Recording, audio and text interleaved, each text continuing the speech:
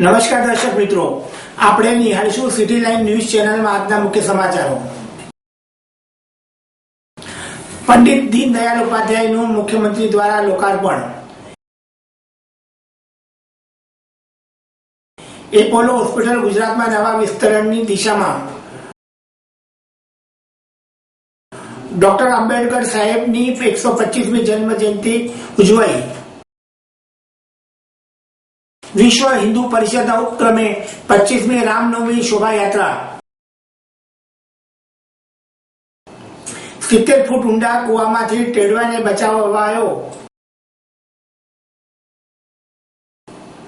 આંબેડકર જન્મ જયંતિ નિમિત્તે વ્યસન મુક્તિ પ્રોગ્રામ। પંડિત દીનદયાળ ઉપાધ્યાયનું મુખ્યમંત્રી દ્વારા લોકાર્પણ।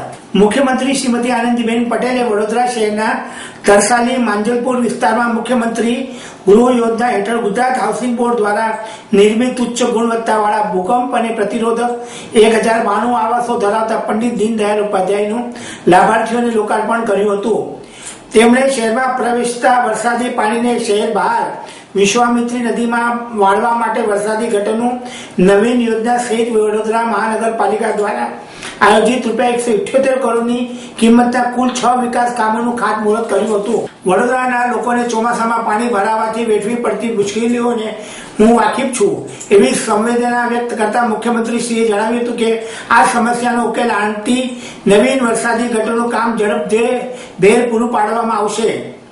મુખ્યમંત્રીશ્રીએ વડોદરા શહેર આગામી વર્ષે સ્માર્ટ સિટીના ધારાધોરણો અને માપદંડો માટે યોગ્યતા પ્રાપ્ત કરતા તે માટે શહેરીજનોને સક્રિય રીતે સહભાગી બનવા અનુરોધ કરી સ્વચ્છતાને સહજ માનવ સ્વભાવમાં વણી લેવા અને પાણીનો કરકસર અને વિવેકપૂર્ણ ઉપયોગ કરવા ભારપૂર્વક જણાવ્યું હતું। મુખ્યમંત્રીશ્રીએ જણાવ્યું હતું કે રાજ્ય વ્યાપી આરોગ્ય અભિયાન હેઠળ 80 લાખ મહિલાઓને બ્રેસ્ટ અને સર્વાઇકલ કેન્સરનું પરીક્ષણ કરવામાં આવ્યું છે, જે પૈકી 1100 કરતા વધુ મહિલાઓને કેન્સરનું નિદાન થતા રાજ્ય સરકાર દ્વારા વિનામૂલ્ય સારવાર આપવામાં આવી રહી છે। રાજ્યમાં આંગણવાડીનો 45 લાખ બાળકોને પોષણક્ષમ આહાર પૂરો પાડવામાં આવી રહ્યો છે। મુખ્યમંત્રીશ્રીએ નિદાન યોજના હેઠળ તમામ પ્રકારના લેબોરેટરી ટેસ્ટ સરકારી હોસ્પિટલમાં વિનામૂલ્યે કરવામાં આવે છે, જેનો લાભ લેવા નાગરિકોને અનુરોધ કર્યો હતો। आप विचार करो कि पूरा गुजरात में शहरों होय के नगरपालिकाओं होय के ग्राम्य विस्तारों होय ए बधाओनो टोटल विकास थाय एना माटेनो आ प्रयास आपणी सरकारनो छे। नरेन्द्रभाई एनो पायो नाख्यो, एना उपर इमारतो बनाववानी शरूआत करी અને એ જ ગતિથી આપણે છેલ્લા 2 વર્ષથી કામ કરી રહ્યા છીએ। એપોલો હોસ્પિટલ ગુજરાતમાં નવા વિસ્તરણની દિશામાં। જોઈન્ટ મેનેજિંગ ડિરેક્ટર સંગીતા રેડ્ડીએ 19 એપ્રિલના રોજ અમદાવાદ ખાતે પત્રકાર પરિષદ સંબોધતા મીડિયાને જણાવ્યું હતું કે અમારા માટે એપોલો ખાતે ગૌરવની ક્ષણ છે કે અમે નોલેજ ગ્રાફમાં ગૂગલ્સના નવા હેલ્થ કાર્ડ્સ લોન્ચ કરીને એક વધુ સીમાચિહ્ન સ્થાપી રહ્યા છીએ। ગૂગલ હેલ્થ કાર્ડ્સ અને જેમને જરૂર છે એવા લોકો માટે ઓથેન્ટિક માહિતી મેળવવાનો એક નવો માર્ગ છે। આ એક પરફેક્ટ નોલેજ શેરિંગ પ્લેટફોર્મ છે। હવે જ્યારે પણ કોઈ મેડિકલ ટર્મિનોલોજી રોગનું નામ ગૂગલમાં ટાઈપ કરવાથી તે એપોલો હોસ્પિટલ તરફથી પ્રાપ્ત થઈ શકશે। સંગીતા રેડ્ડી સક્રિય રીતે એપોલો હોસ્પિટલના પ્રારંભથી જ તેમાં સામેલ રહ્યા છે અને તેમાં 1983માં મેનેજિંગ ટ્રેની તરીકે ગ્રુપમાં ઔપચારિક રીતે જોડાયા હતા। 2 વર્ષ બાદ એપોલો હોસ્પિટલ ગ્રુપના ચેરમેન તથા તેમના પિતા ડોક્ટર પ્રતાપ રેડ્ડીના એક્ઝિક્યુટિવ આસિસ્ટન્ટની ભૂમિકા મળી હતી। સંગીતા એપોલોના સંશોધન, ઇનોવેશન અને હેલ્થ કેરના કામકાજમાં સમગ્રપણે સક્રિયતાથી સામેલ રહે છે। તેઓ ગ્રુપના એજ્યુકેશન વર્ટિકલ એપોલો નોલેજના ચેરપર્સન પણ છે। જોઈન્ટ મેનેજિંગ ડિરેક્ટર કુમારી સંગીતાએ કહ્યું હતું કે ગુજરાતમાં હેલ્થ કેર માર્કેટ ખૂબ જ ઝડપથી વિકસી રહ્યું છે અને એપોલો ખાતે અમે તેની સાથે તાલ મિલાવી શા માટે સજ્જ છીએ। તેઓએ એપોલો હોસ્પિટલના કોમ્પ્રિહેન્સિવ બ્લડ અને કેન્સર સેન્ટર CBCC સાથેના જોઈન્ટ વચ્ચે એપોલો CBC અંગે પણ વાત કરી હતી। આ ઉપરાંત અન્ય નવા સાહસો એપોલો શહેરની મધ્યમાં આવેલા કાર્ડિયોલોજી વાસ્ક્યુલર હાર્ટ ફાઉન્ડેશન સાથે જોઈન્ટ વેન્ચર અંગે પણ જાણકારી આપી હતી। ડોક્ટર આંબેડકર સાહેબની 125મી જન્મ જયંતિ ઉજવાઈ. તારીખ 14મી એપ્રિલ 2016 થી તારીખ 24 એપ્રિલ 2016 સુધી ગ્રામ્ય ઉદયથી ભારત ઉદય અભ્યાસ અંતર્ગત શ્રી સોજા પ્રાથમિક કન્યા શાળા તથા તાલુકા કલોલ ખાતે ડોક્ટર આંબેડકર સાહેબની જન્મ જયંતિ ઉજવવામાં આવી, જેનો અહેવાલ નીચે મુજબ છે. સૌ પ્રથમ અગાઉના આયોજન પ્રમાણે શાળાના સંકુલમાં ગ્રામજનો, વિદ્યાર્થીઓ તથા શિક્ષકગણ એકત્રિત થયા હતા. ત્યારબાદ ગામમાં રેલીનું આયોજન કરવામાં આવ્યું હતું. રેલીમાં જય ભીમ, બાબા સાહેબ અમર રહો જેવા નારા બોલાવવામાં આવ્યા હતા. રેલી બાદ બધા જ લોકો શાળામાં એકત્રિત થયા હતા. સૌ પ્રથમ ડોક્ટર સાહેબને પુષ્પ અર્પણ કરી શ્રદ્ધાંજલિ આપવામાં આવી હતી. આ મુખનું વાંચન એવા સોગંદનું વાંચન કરવામાં આવ્યું હતું. શાળાના આચાર્યશ્રીએ પ્રાસંગિક ઉદ્બોધન કરતા શાળાની કન્યાઓને વક્તૃત્વ તથા નિબંધ લેખનો તથા જીવન કવચ વિશેની જાગૃતિ અર્થે અનુરોધ કરવામાં આવ્યો હતો. ડોક્ટર સાહેબના જીવન સૂત્રો અને અત્યારનું જીવન વિશે બાળકોને વધુ સમજ મળે તેવા વાણી પુષ્પથી વાતાવરણને એક ઉત્સાહમય ઉજવીને માહોલ તૈયાર થયો હતો.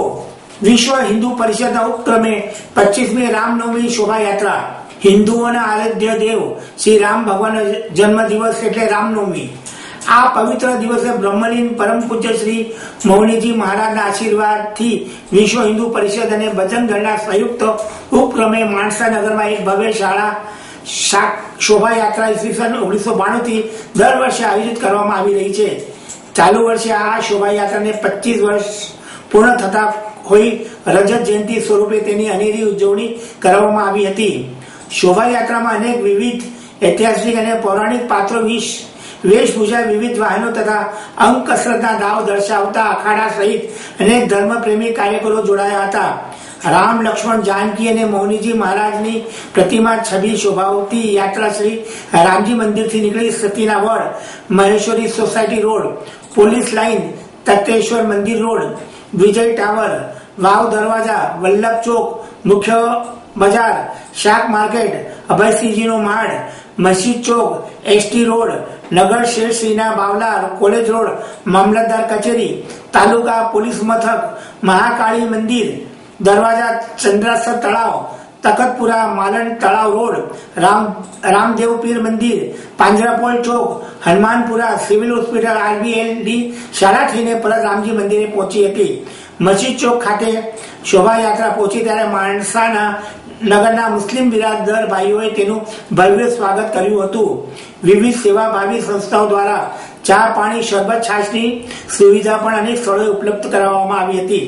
અત્રે ઉલ્લેખનીય છે કે રજત જયંતિ નિમિત્તે તારીખ 10 થી 12 એપ્રિલ દરમિયાન રાત્રિ કાર્યક્રમનું પણ આયોજન કરવામાં આવ્યું હતું, જેમાં ભજન, કીર્તન, હાસ્ય દરબાર, મનોરંજન, મિમિક્રી, ગૌ સુરક્ષા, ગો આધારિત જૈવિક ખેતી ઉપરાંત શ્રી મૌનીજી મહારાજ જીવન ચરિત્ર, ઝરમર અને વિશ્વ હિન્દુ પરિષદની પ્રવૃત્તિઓની ઝલક ઝાંકી કરવામાં આવી હતી. 70 ફૂટ ઊંડા કૂવામાંથી તેંડવાને બચાવાયો. શું કોઈ મરઘી કોઈ તેંડવાને જાન બચાવી શકે? જવાબ છે હા.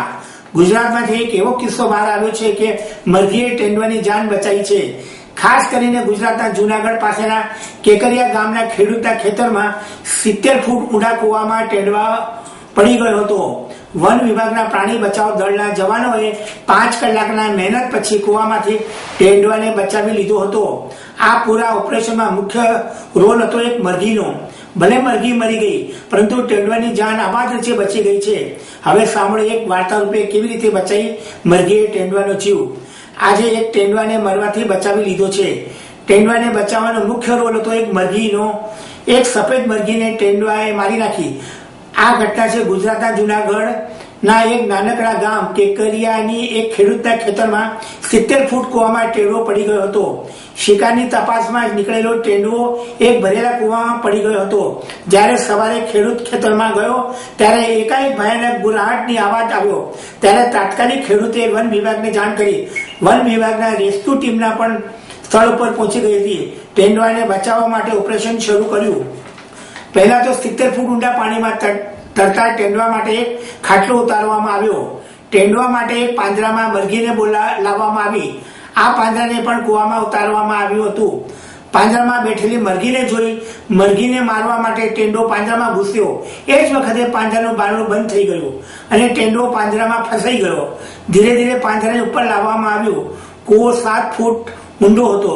કદાચ ટેડવાને બેભાનીનું ઇન્જેક્શન આપવામાં આવ્યું હોત તો ટેડવાને જીવ જઈ શકતો હતો. વગર ઇન્જેક્શનથી ટેંડવાને સલામત રીતે બચાવવા માટે મોતના કૂવામાંથી ટેંડવાને બચાવવા માટે વન વિભાગે એક યુક્તિ શોધી કે પહેલા પાંજરું મૂકો. ટેંડવો મરઘીને ખાવા જશે ત્યારે પાંજરું બંધ થઈ જશે, પછી પાંજરાને ઉપર લઈ લઈશું. આ ઓપરેશન માટે શક્કરબાગ રેસ્ક્યુ ટીમના એક મોટી ચુનૌતી હતી. ટેંડવાની જાન બચી ગઈ. 5 કલાકની જહેમત પછી ટેંડવાનો જીવ તો બહાર નીકળી ગયો. તેની સારવાર માટે શક્કરબાગ પ્રાણી સંગ્રહાલયના એનિમલ કેર સેન્ટરમાં મોકલી આપવામાં આવ્યો છે. ત્યાં ટેંડવાની સારવાર થશે. ત્યારબાદ ટેંડવાને જંગલમાં આઝાદ કરી દેવામાં આવશે. આંબેડકર જયંતિ નિમિત્તે વ્યસન મુક્તિ પ્રોગ્રામ તારીખ 14મી એપ્રિલ 2016 એટલે આંબેડકર જયંતિ. આ દિવસે અમદાવાદમાં અનેક વિવિધ સંસ્થાઓ દ્વારા ઠેર ઠેર વિવિધ કાર્યક્રમો યોજાયા હતા. જેમાં ઉમંગ સેવા ટ્રસ્ટ દ્વારા વ્યસન મુક્તિ માટે રખ્યા રામીની ચાયલની પાસે આવેલા એક વિડીયો શોનું આયોજન કરવામાં આવ્યું હતું. આ સંદર્ભમાં વધુ માહિતી આપતા ઉમંગ સેવા ટ્રસ્ટના પ્રમુખ શ્રી સફરરાજ મંસૂરીએ જણાવ્યું હતું કે આંબેડકર જયંતિ નિમિત્તે ગુજરાત સહિત દેશભરના અનેક પ્રોગ્રામ કરવામાં આવે છે. આ સંદર્ભ ઉમંગ સેવા ટ્રસ્ટ દ્વારા ખોટા વ્યસનોના કારણે કેન્સર રોગથી પ્રજાને જાગૃતિ લાવવા માટે રખ્યાલ રામીની ચાલી પાસે વિડીયો શો દ્વારા રખ્યાની જાહેર જનતાને વ્યસનથી થતા નુકસાન અને રોગો વિશે સમજાવવામાં આવ્યું અને વ્યસન મુક્તિ માટે શપથ લેવડાવવામાં આવ્યા. આ કાર્યક્રમમાં વિસ્તારના 200 જેટલા લોકો ઉપસ્થિત રહ્યા હતા. આપ નિહાળતા રહો સિટી લાઈવ ન્યૂઝ ચેનલ. આ હતા આજના મુખ્ય સમાચારો.